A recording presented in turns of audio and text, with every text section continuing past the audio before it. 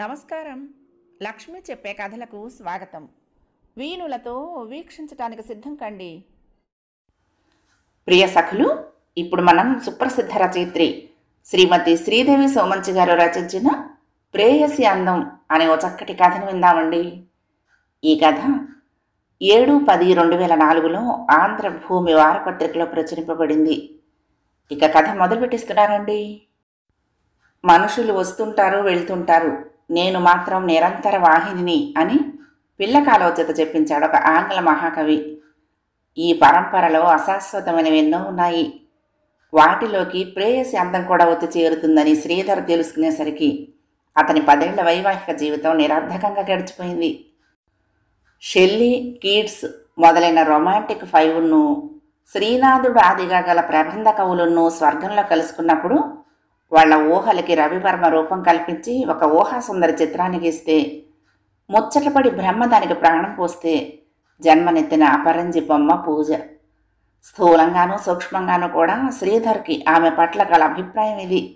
దాన్నెప్పుడూ అతను దాచుకునే ప్రయత్నం చేయలేదు. ఆ అందం ముందు భార్య కాలిగోటికి కూడా సాటి రాదనే అభిప్రాయాన్ని నిర్ద్వంద్వంగా ప్రకటించడానికి అతనెప్పుడు వెనుకాడలేదు.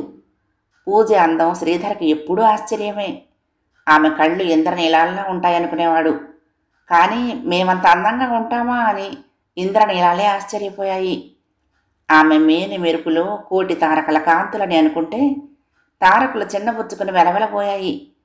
ఆమె బొగ్గల్ని గులాబీ మొగ్గలతో పోలిస్తే గులాబీ మొగ్గలే సిగ్గుతో ముడుచుకుపోయి విచ్చుకోను సాహసించలేదు. పూజ అతని మరదలు. ఒకప్పుడు అతను ఆమెను ప్రేమించాడు, కానీ ఆమె ప్రేమించలేదు. అతనిప్పటికీ ఆమెను ప్రేమిస్తూనే ఉన్నాడు. ఇదో మా పూజ వస్తుంది రేపు, తనకి నేతి లడ్డు చాలా ఇష్టం, తయారు చేయించు. పెళ్లికి ముందు తను అన్ని స్టార్చ్ చేసిన కాటన్ చీరలు కట్టుకునేది. తనకు గంధం రంగు చాలా ఇష్టం.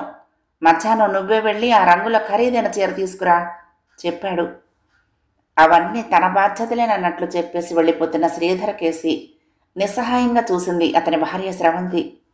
అతనంతే, ఏ బాధ్యత తీసుకోడు. ఊహల్లో బతుకుతున్నట్టు ఉంటాడు. కలలో మనిషిలా వాస్తవానికి దూరంగా ఉంటాడు.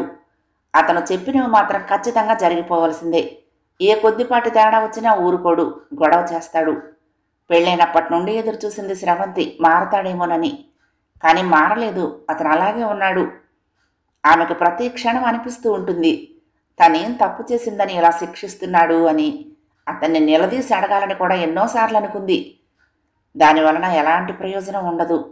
అసలే బలహీనంగా ఉన్న తమ బాంధవ్యం మరింత పలచబడటం తప్ప అని కూడా అనిపించింది.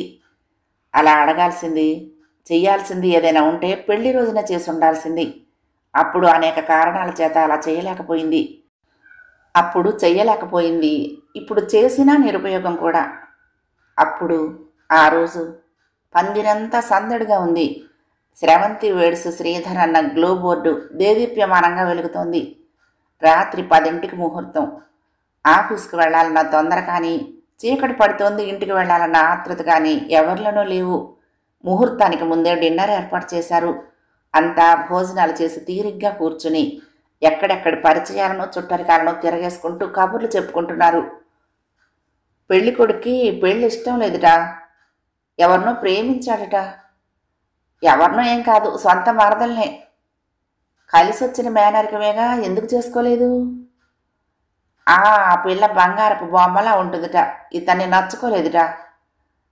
అందం శాశ్వతమేమి కాకపోయినా చూసి చూసి కాకి మొక్కుకు దొండ పండును ముడిపెట్టలేరు కదా. అందులోనూ ఈ కాలం పిల్లలు ఒకళ్ళు చెప్తే వింటారా? వాళ్ళకు తోచిందే మంచి. అక్కడక్కడా జరుగుతున్న ఈ సంభాషణలు కొద్ది కొద్దిగా స్రవంతి దాకా వచ్చాయి.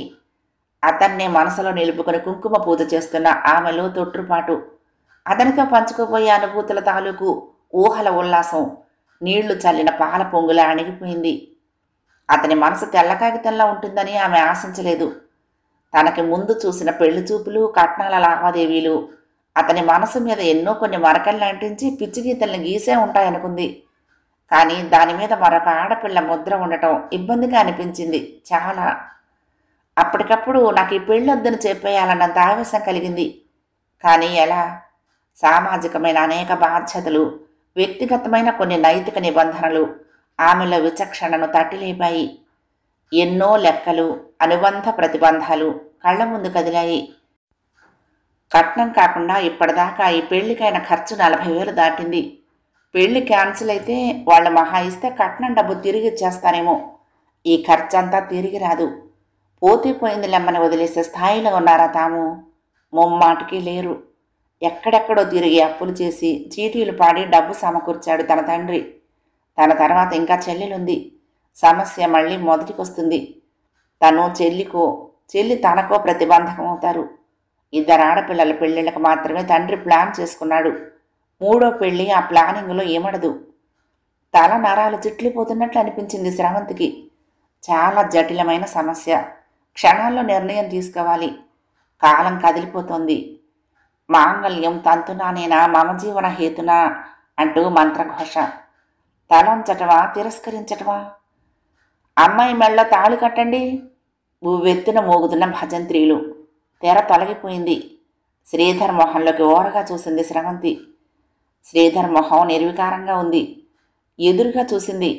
సంతోషం వెళ్ళి విరుస్తూ సంతృప్తి నిండిన ముఖాలతో తల్లి, తండ్రి.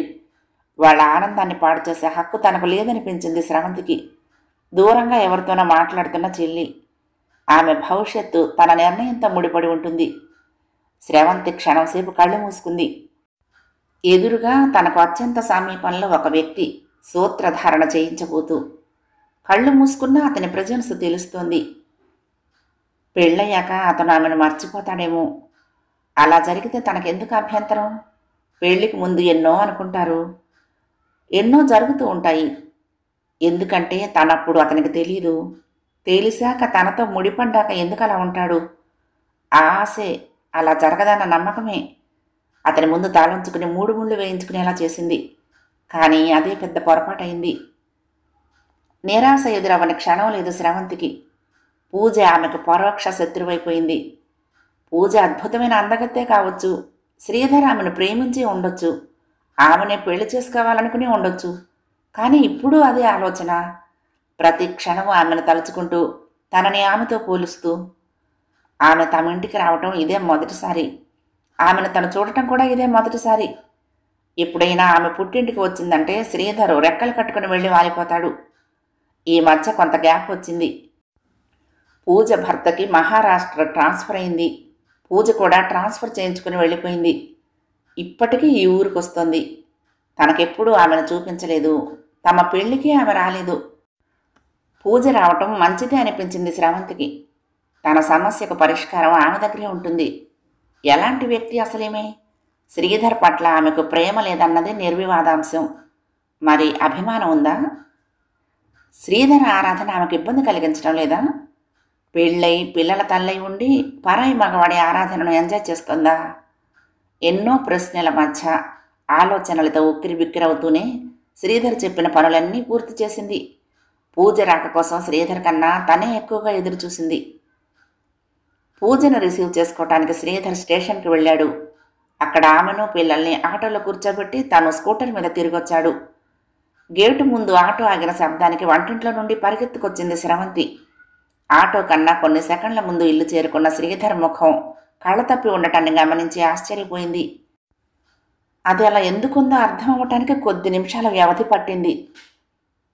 ఆగిన ఆటోలో నుంచి ముందు పిల్లలిద్దరూ దిగారు.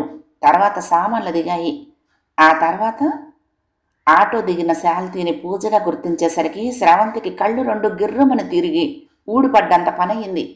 తేరుకుని భర్త కేసి చూసేసరికి అతను తన కేసి దొంగ చూపులు చూస్తూ దొరికిపోయాడు. ఏం బావా, మీ ఆవిడ్ని పరిచయం చేయవా అని పూజ అనేదాకా ఇద్దరూ ఒకరినొకరు చూపులతో కొలుచుకుంటూనే ఉన్నారు. శ్రీధర్ తేరుకుని స్రవంతిని పరిచయం చేశాడు. శ్రీధర్ మీ గురించి చాలా చెప్పాడు.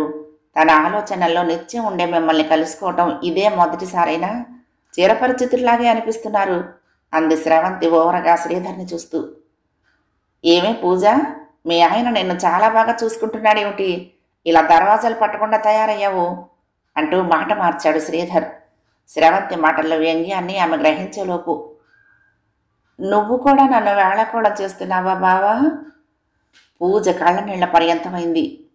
స్రవంతి ఆమె పిల్లలిద్దరిని చెరొక వైపు దగ్గరకు తీసుకుని పేర్లు అడుగుతూ లోపలికి దారితీసింది. ఆమె వెనకే మిగిలిన ఇద్దరూ నడిచారు. అందరికీ కాఫీ ఇచ్చింది స్రవంతి. పిల్లలు కూడా కాఫీయే తాగుతామన్నారు. వాళ్ళకి అదే ఇచ్చింది. ముగ్గురు ఒకరి వెనక ఇంకొకరు స్నానాలు చేస్తూ ఉంటే శ్రీధర్ ఇంట్లో నుంచి బయటపడ్డాడు. ముందు పిల్లలకు అన్నం పెట్టింది. వాళ్ళు తిన్నాక స్రవంతి, పూజ కూర్చున్నారు. పిల్లలు టీవీ దగ్గర చేరారు. నన్ను చేసుకోవాలని బావకి చాలా ఇష్టంగా ఉండేది స్రవంతి. నల్లగా ఉంటాడని చేసుకోననేశాను. ఏమిటో ఇప్పుడు ఆలోచిస్తే అలా చేసి ఉండకూడదనిపిస్తుంది అంది పూజ. అదేమిటి? అతి కష్టం మీద అడిగింది స్రవంతి. మా వారు చాలా బాగుంటారు. నా అందం చూసి నన్ను చేసుకున్నారు. మొదట్లోనేమో తనకి అనుమానం. తర్వాత అంటే ఇప్పుడు నాతో బయటికి రావాలంటేనే చిరాకు పడుతున్నారు. బావ అయితే కనీసం రక్తస్పర్శకు చెందిన ప్రేమైనా మిగిలేది. ఆకర్షణలన్నీ కరిగిపోయినా కూడా. స్రవంతి మౌనంగా వింటోంది. తిండి ఎంత తగ్గించినా ఒళ్ళు తగ్గటం లేదు. 2 సార్లు ఒబేసిటీ ట్రీట్మెంట్ తీసుకున్నాను. జుట్టు కూడా నెరిసింది. డై పడటం లేదు. దగ్గర బంధువుల ఇళ్లకు వెళ్ళటం మానేశాను. ఈ ఊరైనా ఆఫీసు పని మీద రాక తప్పింది కాదు. ఇక్కడ దాకా వచ్చి మీ ఇంటికి రాకపోతే బావ బాధపడతాడని వచ్చాను అంది పూజ. ఆమెను నిశితంగా చూసింది స్రవంతి. ఆ అమ్మాయి మంచిదే. పెళ్లి విషయంలో తనకు గల స్వేచ్ఛను వాడుకుంది.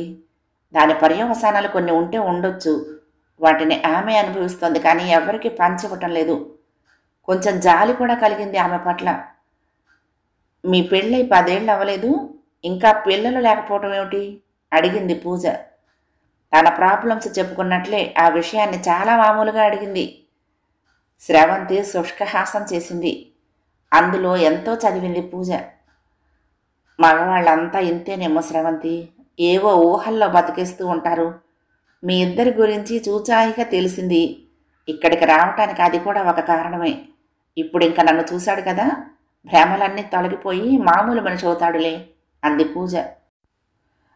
తన తల్లి, చెల్లి, శ్రీధర్, ఫ్రెండ్స్ ఇంకెవ్వరూ కదిలించనంతగా ఆ మాటలు కదిలించాయి స్రవంతిని. ఆమె కళ్ళల్లో నీళ్లు తిరిగాయి. చప్పును తుడుచుకుంది. పెళ్లిపీటల మీద ఇంకొద్ది నిమిషాలకు ముహూర్తం అనంగా తెలిసింది నాకు ఆ విషయం. అప్పటికే నా పెళ్లి కోసం నాన్న ఎంతో శ్రమపడ్డారు, ఎంతో ఖర్చు చేశారు. వాళ్ల సంతోషాన్ని హరించే హక్కు నాకు లేదనిపించింది. అందుకే అప్పటినుంచి వేలు పెట్టి నిరర్థకమైనటువంటి వస్తువుని కొనుక్కొని దాన్ని పారేయలేక ఎలా దాచుకుంటామో అలా భరిస్తున్నాను అతన్ని అంది వణుకుతున్న గొంతుతో. ప్రేమ లేదు, అభిమానం లేదు. ఇలా ఎంతకాలమో తెలీదు. పెళ్ళయ్యాక మారుతాడనుకున్నాను. ఏ మార్పు లేదు అంది స్రవంతి. అతను నన్ను కోరుకున్నట్లే నేను మరొక అందమైన వ్యక్తిని చేసుకోవాలనుకోవటంలో తప్పులేదు కదా స్రవంతి. నన్నెంత ఇష్టపడిన వ్యక్తిని చేసుకున్నాను. కానీ కాలం నాలో మార్పులు తెచ్చినట్లే అతని ప్రేమలోనూ మార్పులు తెచ్చింది. మొదట్లో బాధగా ఉండేది. తర్వాత అర్థమైంది. నా అందం ఎలా శాశ్వతం కాదో దాన్ని ఆధారం చేసుకున్న ప్రేమ కూడా అంతేనని. ఇప్పుడింక ఏ బాధ లేదు. నా రూపం నాది, నా జీవితం నాకుంది. పిల్లలున్నారు, చక్కగా చదువుకుంటున్నారు. ఇంకెందుకు బాధ? నన్ను జాలిగా చూసేవాళ్ళ దగ్గరకు నేను వెళ్ళను. దట్స్ ఆల్ అంది పూజ. భోజనాలయ్యాయి. ఇంకా ఎన్నో విషయాలు మాట్లాడుకున్నారు. శ్రీధర్ ఎప్పుడో పొద్దుపోయాక ఇంటికొచ్చాడు. పూజను చూస్తుంటే అతనికి దిగ్భ్రాంతిగా ఉంది. 2-3 ఏళ్ల క్రితం ఆమెకు మహారాష్ట్ర ట్రాన్స్ఫర్ అవ్వకముందు కూడా ఆమెను చూశాడు. కొద్దిపాటి ఒళ్ళు చేసింది, కానీ అది ఆమె వయసుకు నిండుగా అనిపించింది. ఇప్పుడు ఇలా మారిపోయిందేమిటి పూజ? విపరీతమైన లావుతో, తలంతా తెల్ల వెంట్రుకలతో, వికారంగా. ఏమయ్యాయి ఆ అందము, ఆ ఆకర్షణ? అద్భుతమైన ఒక దృశ్య కావ్యం చెదిరిపోయిన భ్రాంతి కలిగింది. చదివేసిన పుస్తకం కలిగించినంత అనాసక్తి కలిగించింది పూజ అతనిలో. 3 రోజులుండి వెళ్ళిపోయారు పూజ, పిల్లలు. ఈ 3 రోజులు పూజను తప్పించుకుని తిరిగాడు శ్రీధర్. అతని మనసు నిండా స్రవంతి ఉంది ఇప్పుడు. స్రవంతి ఒకప్పటి పూజ కన్నా అందమైనది కాదు, కానీ ఇప్పుడు అనిపిస్తోంది. ఆమె తనువులో నీలి మేఘమాలికలు, ఆమె కళ్ళు ఇందీవరాలు అని. ఆమె కాలాన్ని జయించింది. అప్పుడు ఇప్పుడు ఒకలాగే ఉంది. ఎప్పటికీ ఉండబోతుంది. అతనేదో చెప్పాలనుకున్నట్లు ఆమె దగ్గరకొచ్చాడు. స్రవంతి అతని మనసు చదివినట్లే. అవన్నీ శాశ్వతం కాదు, అనుబంధం ఒకటే శాశ్వతం. ఎడారి లాంటి మీ మనసులో దానికోసం కృషి చేయండి అంది. శ్రీధర్కి పూజ పట్ల కానీ తన పట్ల కానీ ఎలాంటి ప్రేమ లేదని గుర్తు చేస్తూ. అతను సిగ్గుపడ్డాడు. కథ సమాప్తం. ప్రియ సఖులు, ఈ కథ మీకు నచ్చితే తప్పకుండా లైక్ చేయండి, షేర్ చేయండి, కామెంట్ చేయండి, సబ్స్క్రైబ్ చేసుకుని నన్ను ఎంకరేజ్ చేయండి. ఉంటానండి. ప్రేమతో లక్ష్మి, కృష్ణాతీరం దుర్గమ్మ సన్నిధానం. నమస్తే.